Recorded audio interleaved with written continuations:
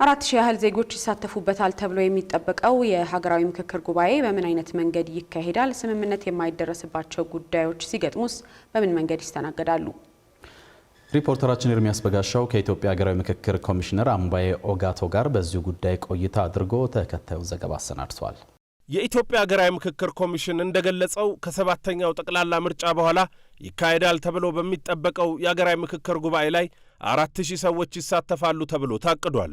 ከሰሞኑ ወደ ኮሚሽኑ ጎራ ብለን ኮሚሽነር አምባዬ ኦጋቶን ባነጋገርናቸው ጊዜ ኮሚሽኑ የተለያዩ የቅድመ ዝግጅት ስራዎችን እየሰራ መሆኑን ነግረውናል። ከነዚህ መካከል የዋናው የሀገራዊ ምክክር ጉባኤ የውይይት አሰራር ስርዓት ዝግጅት አንደኛው ነው። በአሰራር ስርዓቱ መሰረት በውይይቱ ጊዜ ተሳታፊዎች ከ10 ወደ 50 ከ50 ወደ 250 ከዚያም ወደ 500 አባላት እያደጉ በሚሄዱ ቡድኖች ነው ውይይት የሚያደርጉት። እነዚህ 500 አባላት ያሏቸው ቡድኖች ደግሞ ዋነኛ ውሳኔ የሚሰጥባቸው እንደሚሆኑም ነው ኮሚሽነር አምባዬ የነገሩን። እዚህ ጋራ የዲሲሽን ሜኪንግ ወይም የውሳኔ አሰጣጥ ኮሚሽኑ ያዘጋጀው አለ። በእያንዳንዱ አጀንዳ ላይ ለምሳሌ 8 አጀንዳዎች ቢኖሩ 500 ግሩፑ እያንዳንዱ አንድ አጀንዳ ላይ ይነጋገራል። ባለው የውሳኔ አሰጣጥ መሰረት ውሳኔዎች ይመጣሉ። ወደ 4000 የሚሄደው ናሽናል ፕሌነሪው ላይ የሚካሄደው አክላሜሽን ነው፣ ለማጽደቅ ነው የሚካሄደው።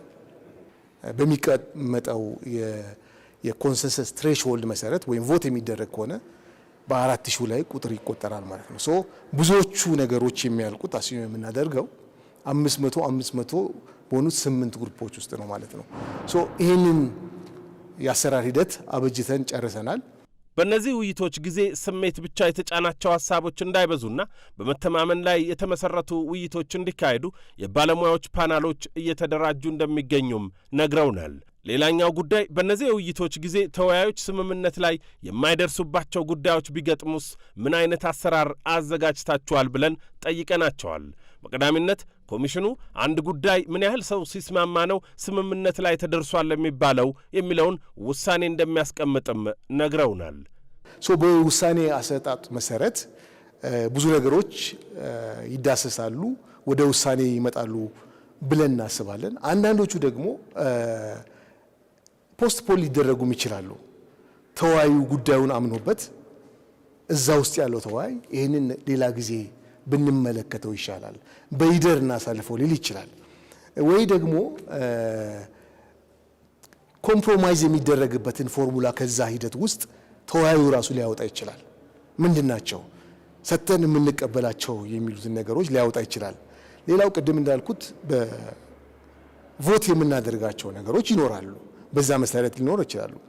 ለሰባተኛው ጠቅላላ ምርጫ እየተደረጉ የሚገኙ የፖለቲካ ፓርቲዎች የክርክር መድረኮችም ላይ ሆነ ከዚያ ቀደም ባሉት ጊዜያት ፖለቲከኞች የተለያዩ ጥያቄዎች ሲቀርቡላቸው ወይም አጀንዳዎች ሲነሱላቸው ጉዳዩን በዝርዝር ከመግለጽ ይልቅ በደፈናው ለሀገራዊ ምክክር ኮሚሽኑ እንዳቀረቡ ሲገልጹ እንደነበር ይታወቃል። አንዳንዶች ለምክክር ኮሚሽን አቅርበናል የሚለው ነገር የፖለቲከኞች ማምለጫ እየሆነ ነው የሚል አስተያየት ሲሰጡ ይደመጣል።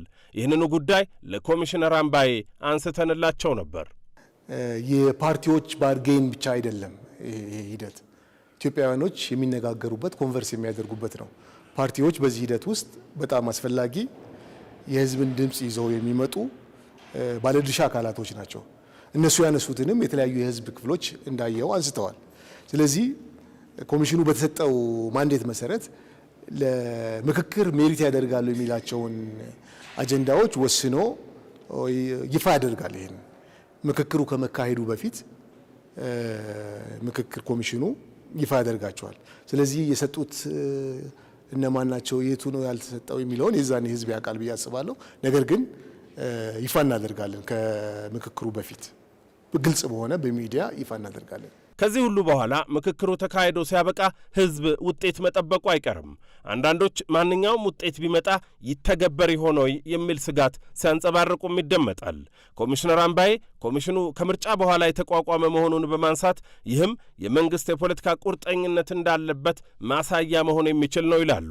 ከዚያ ባሻገር ግን በማቋቋሚያ አዋጁ መሰረት ኮሚሽኑ ውሳኔዎችን ለሁሉም የመንግስት አካላትና ለህዝብ እንደሚያሳውቅ መደንገጉን ይጠቅሳሉ። ይቀጥሉና ከሁሉም በላይ ህዝብ ኃላፊነት አለበት ይላሉ። ደጋግመን እንደምንለው የመንግስት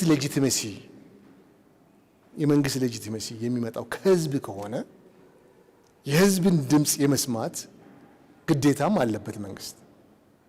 ለዛም ነው ህዝብ ይሄንን ሂደት ኦን ካደረገው የራሴ ነው ካለው ይሄንን ሂደት የመጠበቅ ኃላፊነት ይኖረዋል። ህዝብ በሂደቱ ውስጥ ተሳትፌ የሂደቱ ባለቤት ሆኜ በእነዚህ አጀንዳዎች ላይ ይሄንን ውሳኔ አሳልፌያለሁ። መንግስት ደግሞ የመፈጸም ግዴታ አለበት ብሎ መንግስትን ሊጠይቅ የሚችለው ህዝብ ነው። የተለያዩ ባለድርሻ አካላቶች ናቸው። ምክንያቱም በመንግስት ላይ ጫናም ፐብሊክ ፕሬሸር በመፍጠር ኦን ያደረገው ህዝብ ኃላፊነት አለበት።